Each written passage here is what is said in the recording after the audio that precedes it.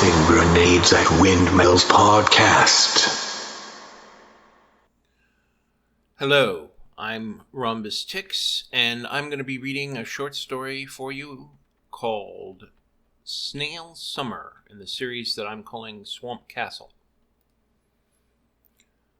Opsa was sure that there had to have been a time when people did not think that farms were places of simplicity or virtue. There had to be, but she had never read of one. Opsa's cousin from the country was visiting because she couldn't behave. It was so cliché it sickened her. That was why Opsa was bound and determined to find a way to get into as much mischief as possible. Things were interesting down on the farm, and Opsa meant to prove it. There were no lights in this section. There didn't have to be. Anyone who worked here had implants that let them see into the UV spectrum in order to harvest the kip bats. They hated any frequency of light that was visible on the human spectrum. It also made a very useful place to hide things you didn't want your parents to find. Now that she thought about it, Opsa realized the guano vats could make some interesting informational material for Kili. She looked around at the kennels. All of the kip bats were sleeping soundly, clinging together cutely in their little pods. They were amazing creatures.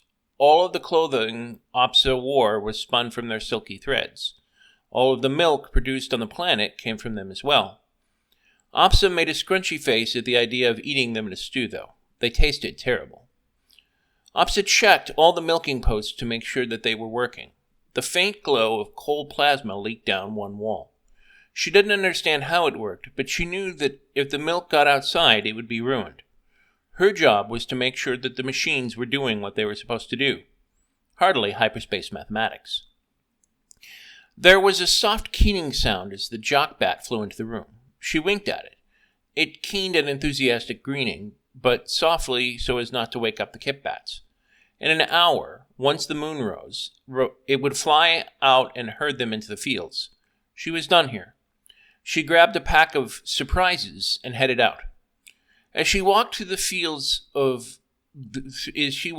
glowing fields of cement rice, she tried to avoid any of the accumulated mud puddles.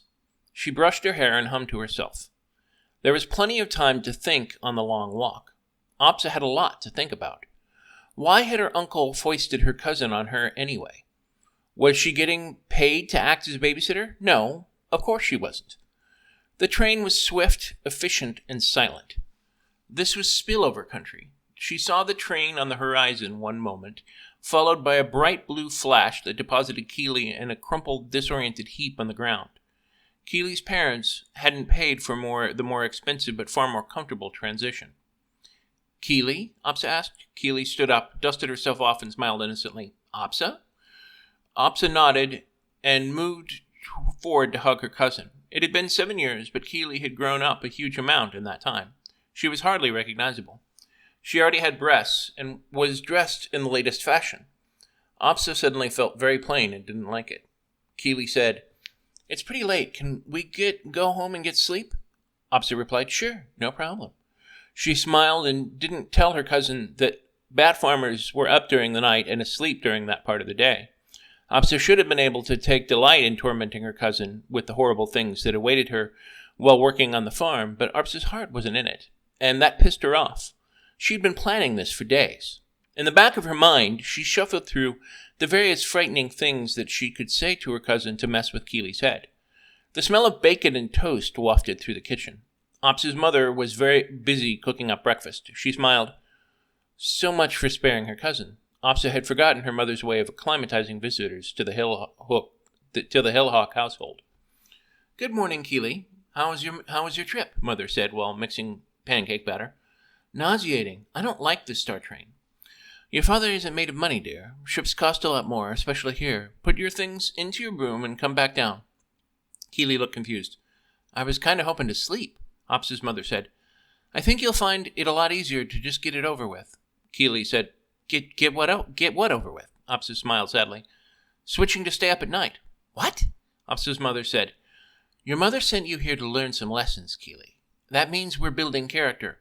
Opsa said, "Building character means I know what it means. I watch TV." Kili tore a chunk of bread with predatory fervor. Opsa smiled. Have you ever built character before? Opsa's mother shushed Opsa. What she means is, have you ever worked on a farm before? If I did, Kili grumbled. Obviously I didn't get enough character the first time around, or I wouldn't be here. Opsa and her mother chuckled. Opsa's mother said, I guess not. Well, if you're not sleeping, you might as well get some breakfast. Sit down, and I'll cook it for you. Opsa's mother cooked up a storm. Opsa hadn't had breakfast this nice since Christmas. She knew that it was a special occasion and that she wanted to make Kili feel at home. It had worked. Kili seemed a lot less nervous as the three of them chatted for half an hour about all kinds of family gossip. Opsa and Kili went out to let the bats feed. The temperature of the planet's surface was still frosty, making little clouds in the air with their breath each time they talked. So what exactly do we have to do? Kili asked with apprehension. Guess, Opsa said. Kili smiled. Or I could just sit here and watch you and then tell Uncle Thake that you wouldn't tell me what to do, Opsa smirked. I think he'll believe me over you, Kili laughed. Maybe, but I don't think so. I'm willing to take that risk. Are you? Opsa shrugged and smiled. She didn't say anything back, and silence loomed between the two of them for the next 2 hours. It got awkward. Opsa was busy in yet another chore, concocting an elaborate plan to get Kili to stand right where the guano would discharge for the trucks when she heard snoring. Opsa grinned demonically. Suddenly she didn't need an elaborate plan. She carefully and silently went over to one of the hover lifts. Those trays were designed to carry weight vastly larger than they were, and they were utterly silent. Opsa clipped 3 hooks to Kili's shirt and pants and then let her rip. Gently, peacefully, Kili floated in the air. She smiled and cuddled up to something imaginary. Opsa could only imagine what she was dreaming about. Once Kili was in place, Opsa gently let the hover lift settle down. Then she pushed the right button. The scream was well worth the lecture her father gave her. The next morning, the two of them were out at it again. This time, Opsa was going to have to show Kili what to do. Kili looked very tired and very annoyed. Opsa wasn't very sympathetic. Let the bats out so you can feed them. And what does that mean? We push some buttons, so their perches retract and the doors open. Opsa began pushing the buttons in question. That's it? Not quite. We monitor them to protect them from predators, but it's pretty mindless work, Kili said. Mindless work is supposed to build character? Work is supposed to build character, Opsa laughed. You buy that? Not really. But I buy that my parents believe it, though. They're basically good people. I love them, but they're pretty old-fashioned, Kili laughed. No kidding. It's not all so boring. There are only so many things that the cleaning bots can clean. There are an awful lot of filters in the system too weirdly shaped for anything but a robot that's too expensive to use for that kind of thing or too stupid to do it. Huh? Fun, huh? That's disgusting. Can't your parents just hire someone to do it? Kili asked. Sure, but why? When they have labor for free. Don't they love you? Kili asked, horrified. Of course they do. That's the worst part. They do it because they love us and because it builds character. Right, Kili said. So, what's a morphing snail? Opsa's eyebrows went up. Who told you about that? I read about this place before I came here. I wanted to know if I was going to get mauled or something. Well, the bats eat them. They're kind of like earth snails, but they picked up some weird DNA or something. Do snails count as animals? Kili asked. I think so. Why are they called morphing snails? That's easy. Want to see? Opsa asked. Sure. The moon was full and glowed down upon the wheat fields as the two girls moved in amongst the crops by taking the shallow irrigation ditches. The water splashed up on their lower legs, so they had to stop and rolled up their pants. Pretty soon, they had both slipped and slid enough to have most of their skin covered in mud. So, what does a morphing snail look like? Kili looked up under a rock as if hoping to find one there. Most of the time it looks like a snail, Opsa said as she stepped over yet another mud puddle. When doesn't it look like a snail? When they're about to get eaten by a kipbat. Kili looked around for snails that weren't there. What do they do when they're about to get eaten by a kipbat? Most of the time they look human. Opsa did her best impression for Kili. What? Opsa smiled. Somehow they've merged with something here so they can change their shape. Ever hear of how a rabbit scream sounds like a human scream? Uh-huh. Well, this is a lot worse. This sounds like children, and their faces look like them. That's disgusting. Kili stopped walking and stared at Opsa. You have no idea, Opsa giggled. Do you know where to find one? Kili walked quickly to catch up with her cousin. I do. Then I want to see. The two of them went across a field of cattails, carefully wading in the knee-high water. A soft wind began to blow into their faces from the north. The leaves on the trees were too bright a shade of green that matched the new moon, but they had just the slightest tinge of orange to them, reflecting the change of seasons. The faintest flicker of sunlight appeared on the distant horizon, indicating light was coming in a few hours. The two of them found a game path and eventually left the marshy area, which became a light forest. There was a soft blue glow that came in from the ground. Opsa put her finger to her lips and signaled her cousin to silence as they moved forward. The soft blue glow increased and coalesced into a visible slime trail. We're close, Opsa said in a whispering voice. Don't say anything until I tell you. Opsa and Kili went up from a small hill as quietly as they could go. Opsa made another sign for Kili to be quiet as they moved forward. Then, out of nowhere, Opsa shouted a fierce shriek that imitated the howl of a kipbat. Kili was about to turn around and say something angrily when Opsa caught her by the shoulder and pointed forward. There, among the reeds, Kili saw a fiery glow. Opsa shrieked a second time and the glow got brighter. As Opsa moved forward and shrieked a third time, Kili finally saw it. The snail was large, about the size of her father's fist. It was marbled with gray and orange streaks that glowed brightly. It had also left a faint trail behind it that glowed like it did. Most alarming, however, was that it flattened itself like a flapjack and then morphed its face into a screaming child. It looked like someone was putting their face up into cellophane and screaming into it. After a few seconds, the screaming started. It sounded just like a human, but with a faint liquid slopping sound in the background. Kili ran. Opsa giggled and ran after her. After a few minutes of running, Kili finally stopped. She was out of breath. Between pants, she started to say, "What was that?" That was a morphing snail. I've never seen anything like it, Opsa smiled.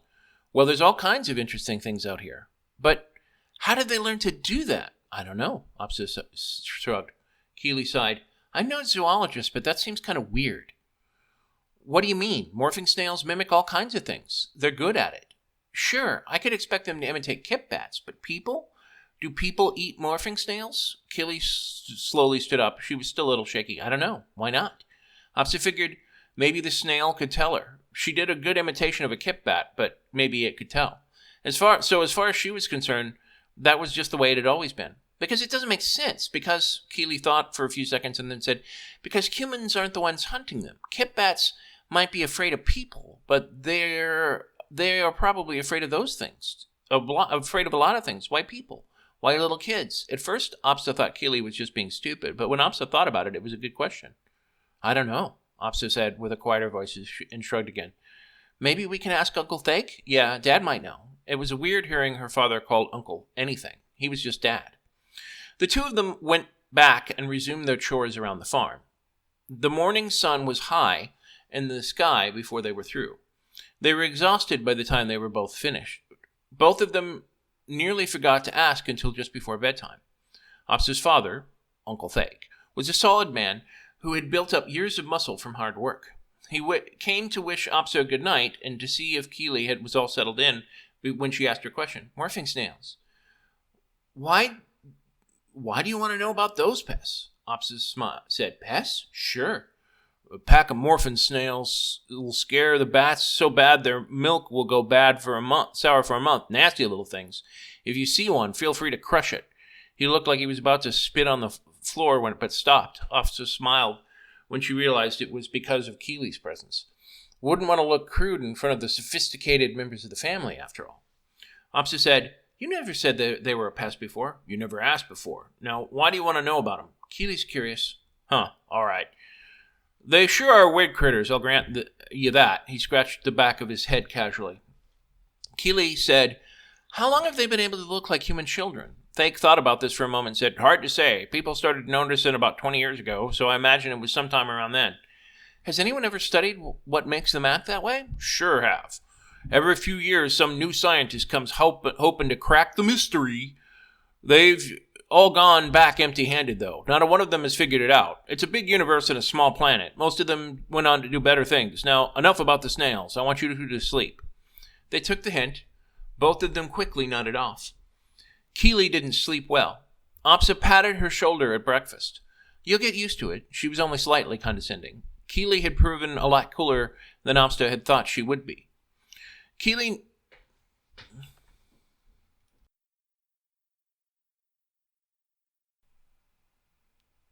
Opsa patted her shoulder at breakfast.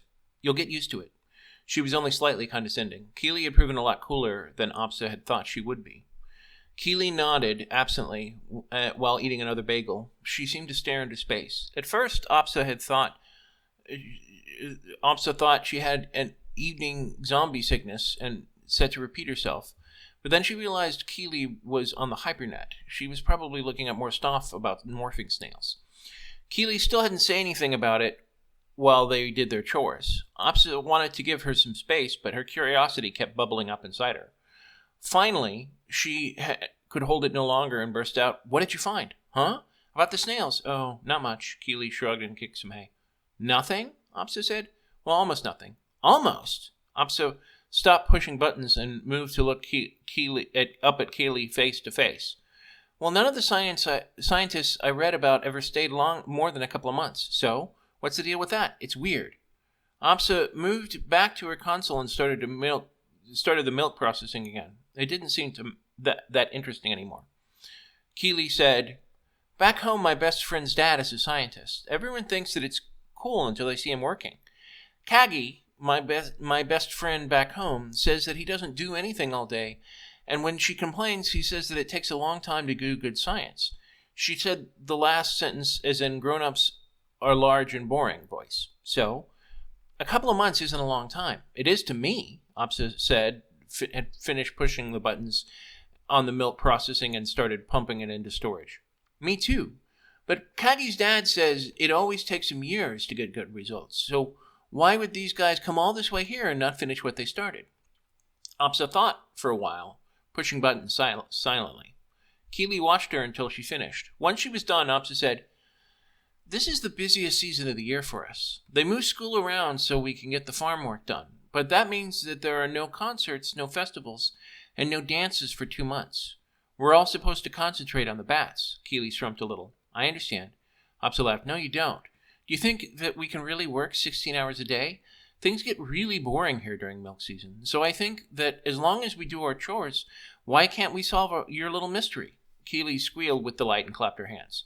She hugged her cousin. Opsa hugged back, but couldn't quite muster her enthusiasm. It was kind of interesting. Maybe it was something to do. So where do we start? Well, I know that on TV they always make a map. That always seems to tell people something, Opsa said. What about the scientists? Yeah, they're important. Maybe you could find out about what made them leave? What if they lie? Why would scientists lie? Kili said. I don't know, a conspiracy? The snail conspiracy? Kili giggled. I'll just mail them. So you make your map. Just what are you going to make a map of? Opsa pulled a lever as she looked off into space pensively. Anything I can think of. I mainly think we should see what the snails are and maybe what the snails that imitate people are. Makes as much sense as anything else, I guess. Opsa pulled the lever back to its original position. They began to research the area. After a few days, Opsa had emailed 10 scientists and only heard back from one of them.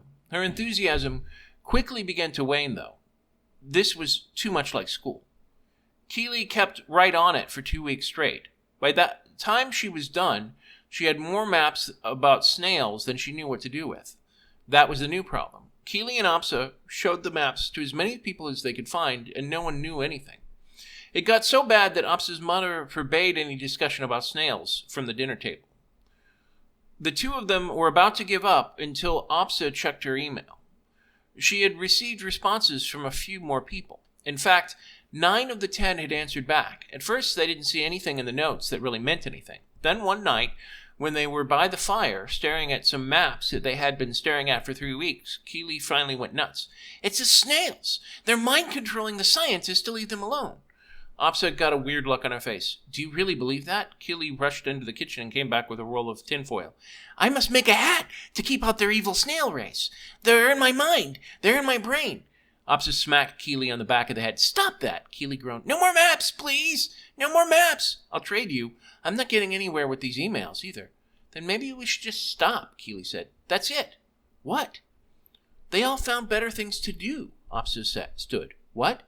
They got offers for research that interested them more elsewhere. So, Kili stared at Opsa, shocked. So someone got them off the planet.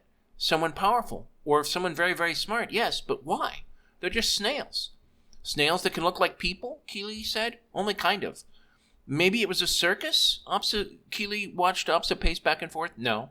Why not? Kili looked upset at how fast Opsa had shot down her idea. Anyone could pick up a snail anywhere. Yeah, well, not anywhere, but lots of places. Opsa laughed. You are a snail expert now. Maybe the snails really are bad for the kip bats. They're not just bad for the bats. The bats eat the snails, but they're bad for the farmers. Didn't your dad say how bad they were for the milk? Maybe it's the snails themselves, Kili said. Back to the tinfoil again? Opsa smiled. No, hear me out. What if they're aliens and they're intelligent? And the face of a screaming child is the best that they can do? Kili shrugged. It just sounds like more trouble than it's worth. She put her hand to her forehead. What I do know is that they're all giving me a headache, Opsa beamed. Kili, that's it. You're a genius. Kili said, Oh, yes, of course I am. Opsa just stopped smiling and smirked. Why are you a genius? Just general principle. Just that, huh? Yep. Kili folded her arms. Opsa started smiling again. Would you like to know why I called you a genius? Sure. Kili nonchalantly looked at her fingernails. Well, you are a genius. You figure it out. Opsa! Opsa laughed. Okay, I figured it out. Pharma drug companies. Huh? There must be a drug that they get from the snails, and they don't want to let their competitors know about. Kili put her hands underneath her chin. Well, I guess it does make sense. I guess. I mean, it explains about the scientists, but not why the snails got their screaming face thing. Opsa deflated. Oh, right. She perked up again. But I think I know which drug company it is. I bet we check them out. If we check them out, we might be able to figure out why the snails do what they do. Sounds good, but which company? There's only one drug company that really does a lot here. They get a lot of stuff from the kip bats. Ew. Kili made a disgusted face. You go, ew, from bats you drink, but not the snails? They're snails. Snails are icky. That makes no sense, Opsa said. So what now? Any way we can get into that factory? Kili looked at up a satellite picture of their destination. We can try. Neither of them were well trained in covert ops, but they did go ahead and make some preparations. They brought sandwiches and some drinks. They also brought a backpack full of rope, a first aid kit, a flashlight, a pen, and a pad of paper. Kili wanted to sneak in at night, but Opsa explained that things were busier at night than during the day, so they waited until noon. Kili's second idea proved much more effective. They both wore their school uniforms and pretended to be on a field trip. Both of them rushed past the stunned guard, saying that they were late with the rest of their group. The guard only smiled then and shook his head as they ran past. Once they were out of earshot, Kili said, Wow, I can't believe that worked. Yeah, me either. Maybe it didn't. Opsa looked around nervously. Don't start that. Let's just find the snails and get out of here. Kili started off down the hall. Opsa nodded in agreement and followed her. The factory was huge. It crisscrossed inside a lot of local bat caves with the tunnels to funnel the bats to where they were supposed to go. There were also a lot of very large assembly lines, though most of those were entirely automated. Neither of them had realized how large the place was. They were inside for a few hours. Once or twice, people looked at them strangely, but no alarm bells sounded and no one came to kick them out. Both girls got very tired. Finally, they had to rest. Kili leaned against a wall. We're not finding anything. Opsa sat down beside her. She broke out one of the sandwiches she'd brought with her. Opsa handed another one to Kili. Yeah, I didn't think we'd make it this far. What did you think was going to happen? I thought they'd lock us up and call my dad. At best, I figured we'd give up and go home at this point. Yeah, Kili said between sandwich bites. So do you think we should go home? I don't know. Well, what do you think? I don't know. You don't know? Opsa said, mildly annoyed. Yeah, I'm tired. Me too. Kili bit more of her sandwich. Then why not go home? Because. Because why? Kili finished her sandwich. Because we haven't found anything. Do you think we will find something? Opsa was honestly curious. I don't know. Maybe. Kili shrugged. Well, then where are we going to stop? I don't know. That's stupid, Opsa yelled. You're stupid, Kili laid back. Someone else screamed. Both girls were silent and looked at each other. For a few seconds, no one did anything. Finally, the screaming stopped and Kili moved down the hall to where the scream came from. Opsa was right behind her. There was a large white door with a glass window. They both had to stand up tiptoes to see what was inside. It was a small circular room with glass tanks. Each of the tanks had a snail wandering around the gravel that lined the bottom. Every few seconds, a screen would flash with the face of a screaming child. There was no sound at first, but after the 10th time, there was a slight electric charge on all the cages, which caused the snails to start to scream along. Kili and Opsa were out of there so fast that it felt like they were flying. The image of those screaming snails was so seared into their brain that they didn't even realize that they were screaming themselves until they were outside of the factory. They hid behind a large leafy tree. Opsa panted. What was that? Kili said. The drug company is teaching the snails to scream. Why? Well, Kili said, looking up for a moment, maybe they didn't want people to know about the snails? How does teaching them to scream help that? If anything, it makes them more noticeable. But then, what does it all mean? Opsa stuck up her chin and pointed back to the factory. I say we go ask them. Kili groaned. Do we have to go back there? I'm tired. Do you want to know what's going on with the snails? Yes. Then come on, Opsa said, taking Kili by the hand. Opsa found it ironic that she was the one taking the lead now. Let's go.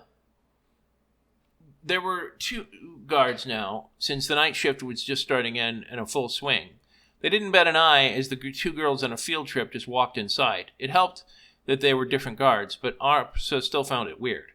Opsa found a terminal and used it to guide them to the president's office. The corridors were full of people moving along in various departments. Eventually, the 2 of them arrived at their destination. Outside of the door, Opsa said, We must look a mess. I've been awake for almost 24 hours now. Me too, but I've got an idea, Kili said. What? Trust me. Why? Why not just tell me? Because if I tell you, I'll have to hear myself say it, and I won't have the guts to do it, Kili said. Oh, go ahead then. The 2 of them marched in and saw an older girl, probably 19 or 20, waiting at the desk. She looked up from her terminal and said, Can I help you? Kili nodded. We're here for our appointment. The secretary looked puzzled. What appointment? Why, our appointment to talk with your boss about the school assignment, of course. Kili let out a bit of panic in her voice to highlight tension. I'm afraid I book all of Mr. Flemmer's appointments, and I assure you, I haven't heard anything about this, but Kili looked like she was going to cry. Opsa was impressed. Kili was a lost puppy dog, just accidentally kicked while opening your front car door. The secretary smiled. Just wait here. I'll see what I can do. She got up and went into the office behind her. A short while later, she came back and led them into the office.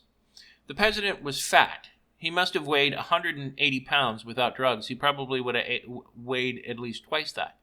Much to Opsa's surprise, he also had a very trustable face and shining happy eyes. When the girls entered, he stood up from his chair. I understand that we have an appointment. Kili burst out. We know what you're doing to the snails, and we won't stand for it. His face grew serious. What? Kili continued. We know that you're holding them hostage. Opsa looked at Kili. Hostage? Kili gulped and said, prisoner. We know that you're holding them prisoner. Flemmer stared at Kili for a few moments and then burst out laughing. He laughed so hard it must have gotten whiplashed as his neck snapped back. The secretary joined in, though from her nervous tone it was obvious that she didn't know what she was laughing at. Finally, Flemmer calmed down a bit and said, We're not holding the prisoner. They're free. He started laughing again. To go any time they wish.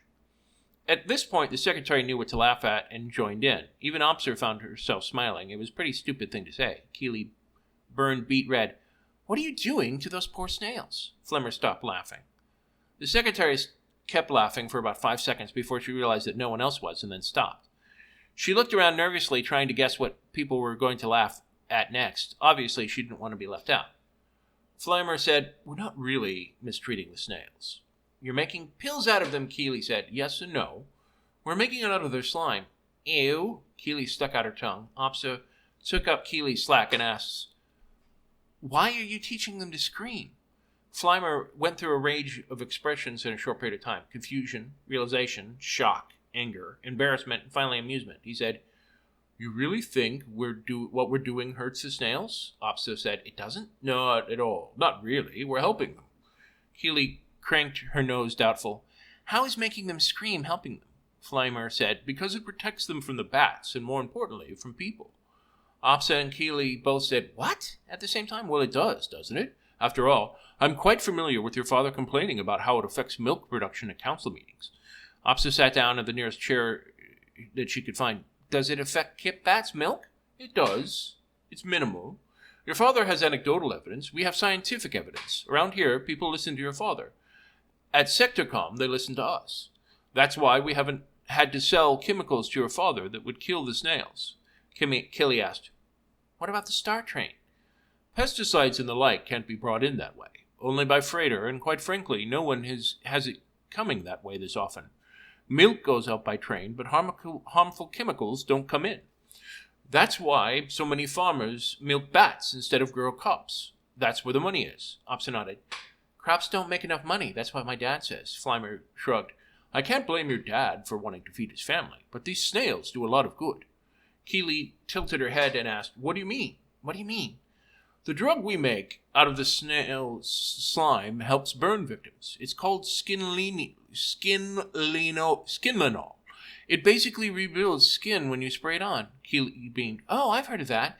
That's what they used on my friend Yick when he got hurt." Opsa said, "Can't you just get that from the snails in a protected area?" Flymer smiled at the irony. "You mean imprison them?" "No. We're an organic pharmacy. We only interfere with nature when it's absolutely necessary. Besides, while the snails might not interfere with the bat's milk, the snails don't seem able to produce enough slime in captivity. We haven't been able to figure out why." "Well, it might help if you didn't keep sending the scientists who came to study them away." Flymer winked at Opsa. "You figured that out too, huh? Well, we've got a good reason for that.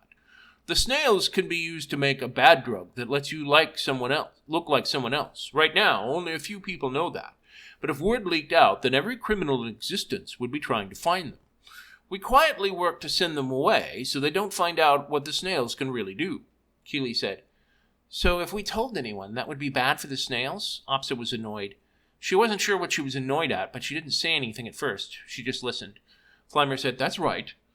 What is your name, by the way?" "Kili. I'm Opsa's cousin. Pleased to meet you." Flymer shook his hand, Flymer offered his hand and Kili shook it. Kili said, "I think we can promise not to tell anyone. You don't have to kidnap us or anything, do you?" Flymer laughed. "No, I don't think so. People are more important than snails, at least they are to me." Opsa was about to burst until Flymer made that comment. Something about it made her feel better. She grumbled, "We need to go." Kili said, "I can't understand what you're saying." "We need to go. We need to go home. They're probably looking for us right now." Kili blanched. "Oh, right. We do need to get back. The last thing I want to do is get us into more trouble. That's what got me sent out here in the first place." Opsa finally smiled and shook her head. She looked at Flymer and thought a few moments. Finally, she said, "All right."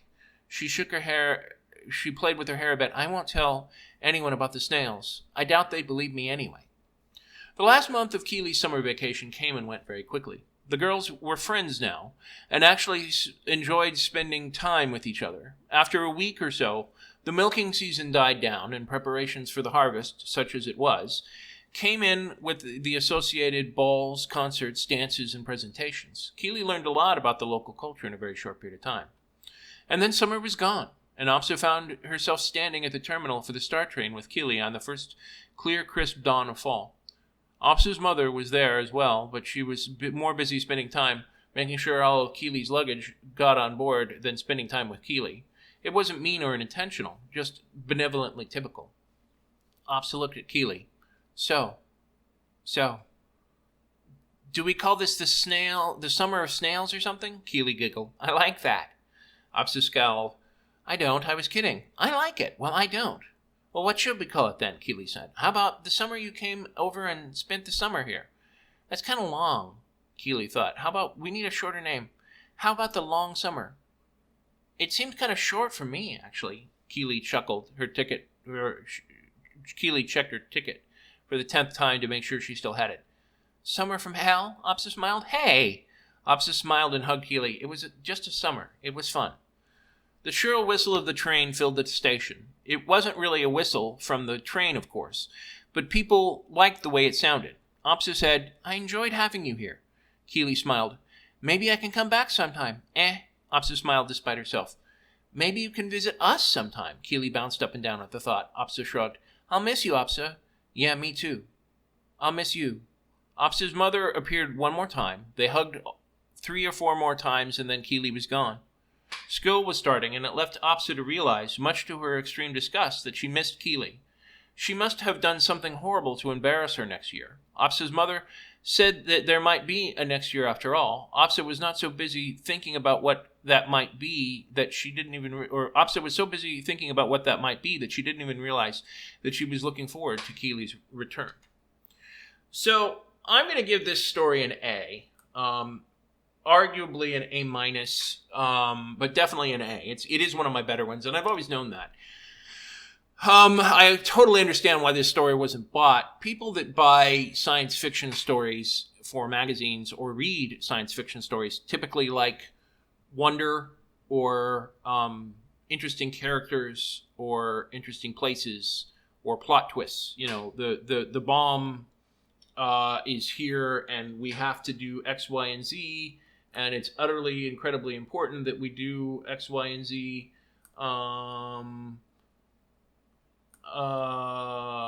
And, you know, it basically comes down to, this is whimsical, and there is a genre for whimsical, but it doesn't tend to overlap in fantasy or science fiction, and there is that. Eternal Sunshine of the Spotless Mind comes to mind.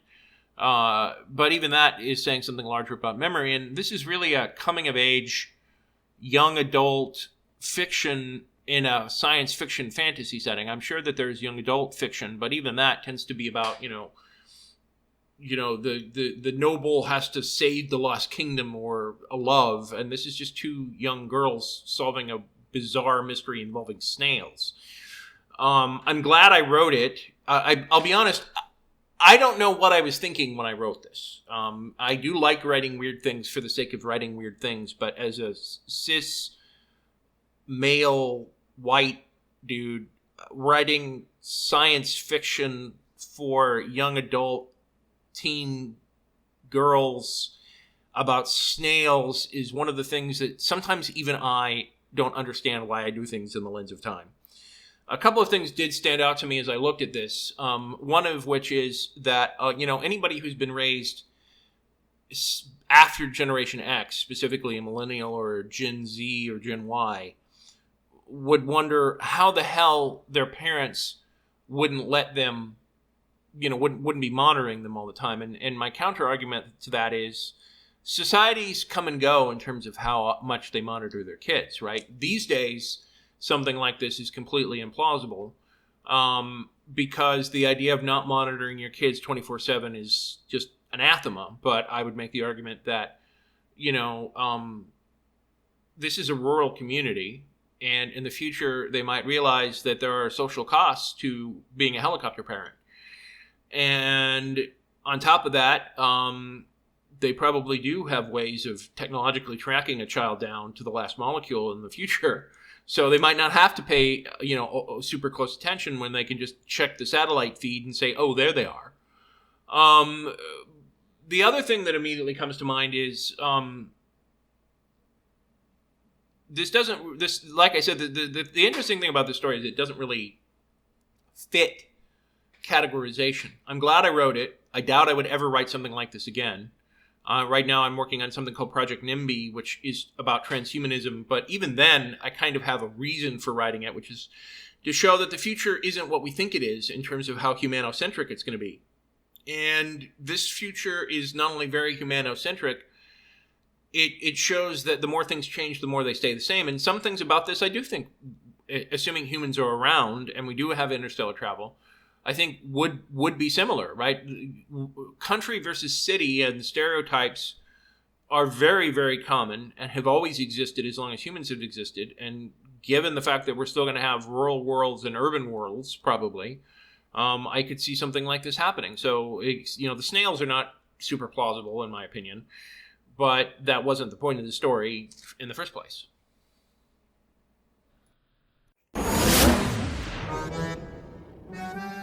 This has been the Tossing Grenades at Windmills podcast.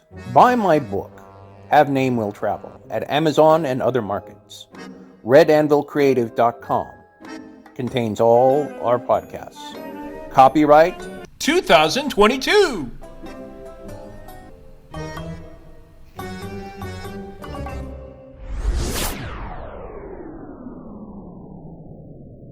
To fight the forces of evil!